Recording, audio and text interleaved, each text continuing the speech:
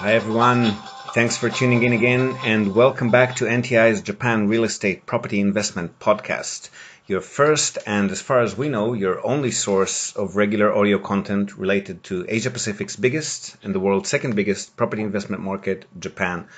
I'm your host, Ziv Nakajima again, and we've got another exciting interview lined up for today.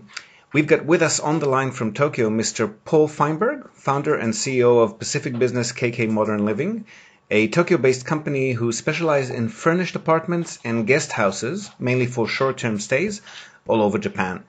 Now, as interesting as this may be for tourists, traveling business, and the likes, as Paul will explain in a few minutes, this is even more interesting for us as property investors, since short-term stays can and do increase the yield on property investments exponentially, if done correctly, which is not a given. Now, we've been getting a lot of questions from listeners of the podcast, as well as from existing and potential clients about the advantages, disadvantages, and the how-tos of this type of leasing, and as well as the difference between Japan and other countries as far as this type of leasing goes. So without further ado, let's bring Paul in so we can learn from the best. Paul, thanks for joining us today. It's a pleasure to have you with us. Thank you very much. It's nice to be with you.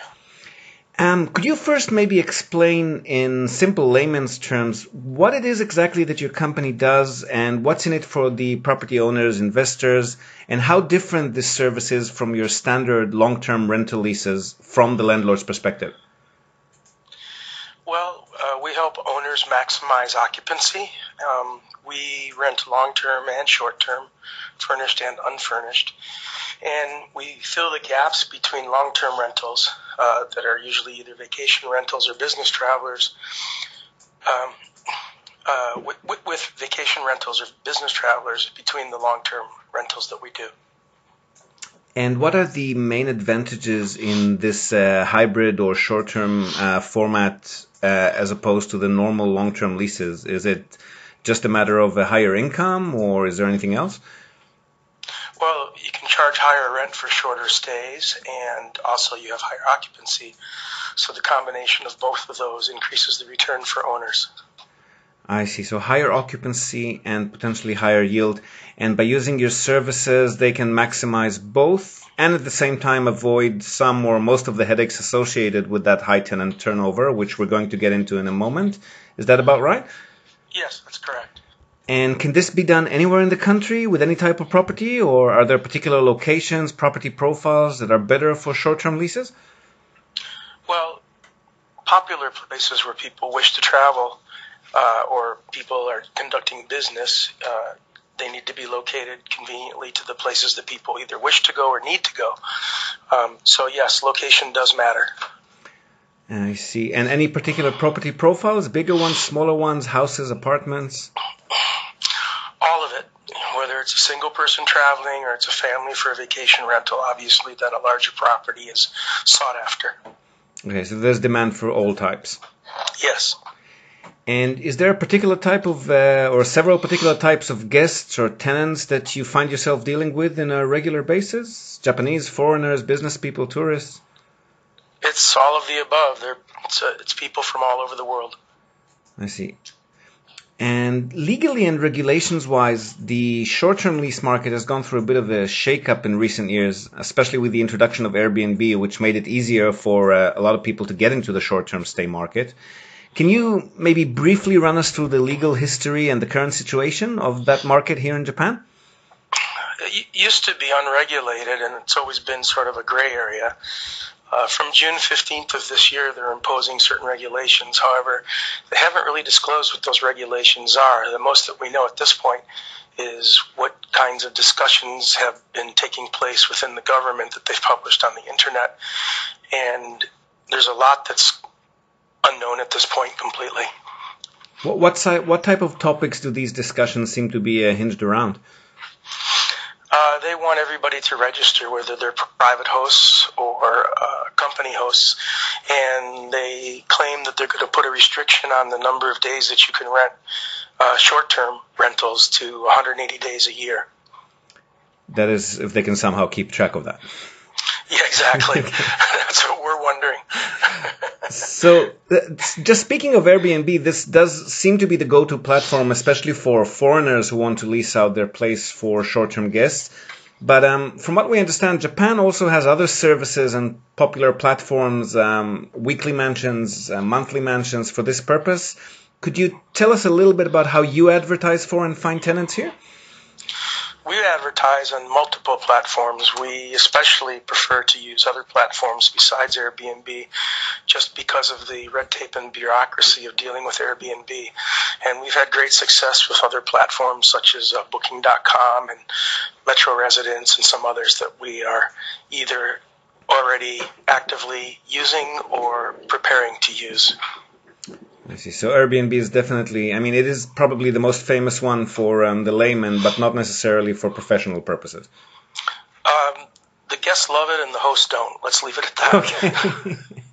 And as far as management goes, speaking of the hosts, there are obviously some major differences between your standard long-term lease and the short-term stay. I mean, we can mention the obvious, like you get constant check-ins, check-outs, a lot of cleaning involved. What are some of the other things that are required from a host on a regular basis and that may be different or more intensive? And how is this, from what you know so far, how is this going to change compliance-wise with the new legislation? The steps that are necessary to perform the duties of the management company, as you mentioned, cleaning, laundry, using a reservation system, keeping track of passport IDs, and other information you're required to collect from the guests.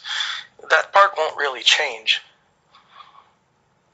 Right. So what is going to change is just the government's monitoring of it, is it? Well, they claim they're going to monitor it, but so far the only platform that's asked anybody to provide a registration number is Airbnb. Yet another reason not to work with them. If possible, yes. Now, we spoke a bit about legislation and regulations. Aside from the legal aspects, there are sometimes some local concerns. I know that in particularly tourist-heavy cities like Kyoto in Japan or Amsterdam, Venice, etc., there are quite a few local residents that are very vocal about their objections to people turning properties into what they call guest houses. So we get complaints like noisy, dirty guests, people not liking the fact that their quiet residential block suddenly turned into a tourist hotspot. Just general local resistance to the changes that any location can go through when it becomes too popular with short-term stayers. How are you finding Japan in this regard? Do you have a lot of local resistance from building owner associations or neighbors, that sort of thing? And how do you deal with that? Well, first we need to distinguish share houses or guest houses from apartments. The neighbors' complaints stem mostly from apartments that are being rented out on platforms like Airbnb. Guest houses or share houses normally don't have any issues currently in Japan. They also, a few years ago, started checking all of the share houses, and they were planning to do the same thing, but after they inspected about 85% of them and realized that under the rules that they wish to impose, at least 85, 80, 90% would become illegal, and they'd have to find housing for 300,000 people. They gave up on the idea and said that they'd come back with some new rules. That was at least a year or 2 years ago, and we're still waiting to hear what they're going to come back with.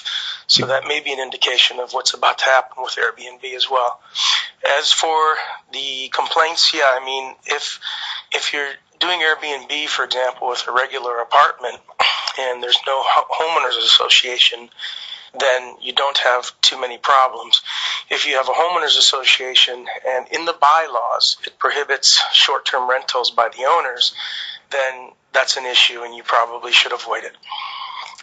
Now, a convenient way around that is, from what I hear, to lease these places out for a month or longer, which doesn't actually fall under the short-term lease definition. Is that correct? Yes, and it's called minpaku, and anything that's 30 days or longer on a contract is not minpaku and does not fall under the restrictions. So as much as anyone in the neighborhood might not like it, there's not much that they can do about it at that point. True. If you own a property and you wish to rent it out and you're not renting it out on a short-term basis, then you're not really afoul of any rules or regulations. And of course, if you own the entire structure, the house or the building itself, then again, you've got a lot of an easier life ahead of you as far as neighbors are concerned. Yes, I mean, if you own the whole building, then you are the homeowners association. You make your own rules. And can adjacent neighbors, buildings in the same street or homeowners in the same street, do anything to people renting out their entire house or building? Not really. Not really. No. Okay. And are things improving at all business-wise these days? We see a lot of interest in the short-term stay market leading into the 2020 Tokyo Olympic Games, but also a general hike in interest in this market worldwide. These types of accommodation obviously look a lot cheaper and more authentic as alternatives to hotels. Have you seen demand and interest increasing on your end? On both sides of the equation, we've seen it to become much more competitive, which has put a lot of pressure on us, but at the same time, we've seen an increase in demand. Okay, so definitely picking up. Excellent. Great info, Paul. Thank you so much for taking the time to speak with us today. It was very informative and educational. Folks, if you're Japanese property owners or investors or considering becoming landlords here in Japan, we highly recommend giving Paul and his company, Pacific Business KK Modern Living, a call. They can help you either by leasing your property from you and giving you peace of mind via a master lease and a very stable and reliable standard tenancy. Or if you're interested, they can also partner with you and help you lease it out for short-term stays so you can increase your profits even more. They can give you a heads up on where and what kind of property to buy if you want to use it this way. So definitely worth your time talking with them. And as always, for the purpose of market research, buying or selling properties, due diligence, representation in Japan, rent collection, bill payment, anything else to do with representing you here as you enter the Japanese real estate property market in any way, we here at NTI are always at your service as well. You can find both companies' contact details in this episode's show notes, as well as both of the company websites, and they're both packed full of useful information. Have a good read, educate yourselves, plan out your strategy accordingly, and that's it from us today. Until next time, thank you for being with us, and happy investing.